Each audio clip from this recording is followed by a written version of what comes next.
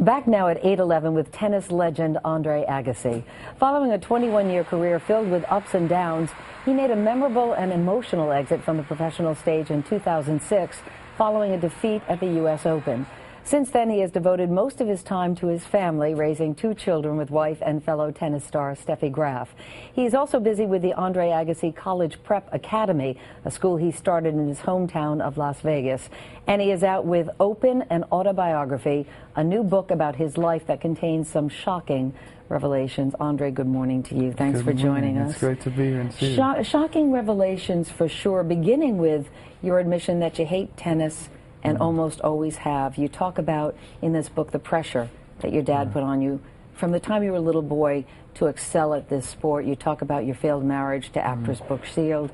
You also talk about what was probably the lowest point in your life, one of the lowest, and that's the one that a lot of people are talking about, your use of crystal meth. Sure. And your dad did sort of to give an indication to the readers of just how much he wanted this for you and how driven he was to see you succeed. You tell a story about him giving you a little white pill that turned out to be speed. You're 11 years old, and your brother had even warned you that this might happen. Yeah. My father used to give me Excedrin before I played matches for that caffeine. He thought it would help me, and the Excedrin actually did help me, but then he got this one pill that somebody told him was kind of souped up Excedrin, and he wanted to give that a go, anything to get me to achieve the American dream. And that's the thing I also point out in that particular scenario with my father, which he would give me that, but the second I told him it didn't make me feel good or something was wrong, he would turn on a dime. My father could deal with your pain and change if he knew your pain, but a lot of times he wasn't aware of it. To crystal meth, the low point in your life.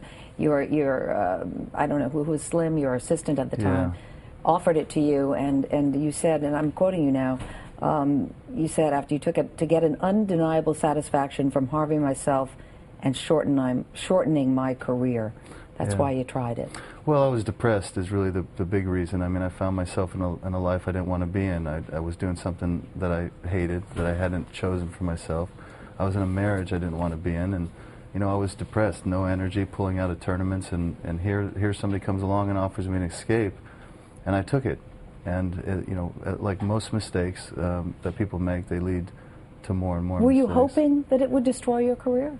I think in some sort of odd way. I've thought about quitting many times, and it was just hard for me. I never quite had the strength to quit. I wanted to continue in some way. I had this conflict, and I just knew that maybe this will just remove the choice for me. You know, it's like wishing yourself injury on the court, which I used to get that feeling a lot too. If I just fell over and broke my ankle, I mean, gosh, I wouldn't have to do this. Towards the end of that year, you made a decision. You want to stop this, and you want to start taking tennis seriously again, because you've been losing consistently. And right about then, you get a phone call from a member of the Tennis Association, an official with USTA actually, saying that they've got a urine test on you and you've tested positive for crystal meth. You have been caught. And you find yourself in yet again a lie. You write them a letter, and what do you say? In the letter, I lie. I didn't know what to do. I had nowhere to turn. Because they wanted an explanation. Yeah, I was ashamed of it. I was scared. I was panicked. I had no one to turn to because nobody knew in my life. And I wrote a letter filled with lies. I said my assistant had a spiked drink. It's how he used to ingest the drug. He's a known drug user, and I took a sip of his drink. And that came on the heels of me making a decision to not walk away from tennis. I was 141 in the world in Stuttgart when my coach said to me, you know, Andre, you're too good for this. We got to start over, or we got to quit. And I remember looking out over the traffic, saying, how many people go on to lives that they don't want, that lives they didn't choose, but they find reason to do it. And I committed that day to a life that I'm going to choose. I can walk away from tennis, and it was that moment when I chose tennis that a lot started to change, and then that phone call came. But they bought your excuse. They bought it, and you realized, and now I really have a second chance. Every day is going to be a day of atonement, and you began to turn your life around. The tennis improved. So did your personal life. Well, I think that atonement is a great word, and I think this book, to be quite honest, is an atonement, because I had a lot more to lose in doing this than gain. You know, but if a hit on my perception, it might not be what people perceive of me, but it is the truth of me, and I think there's a lot to be gained from it.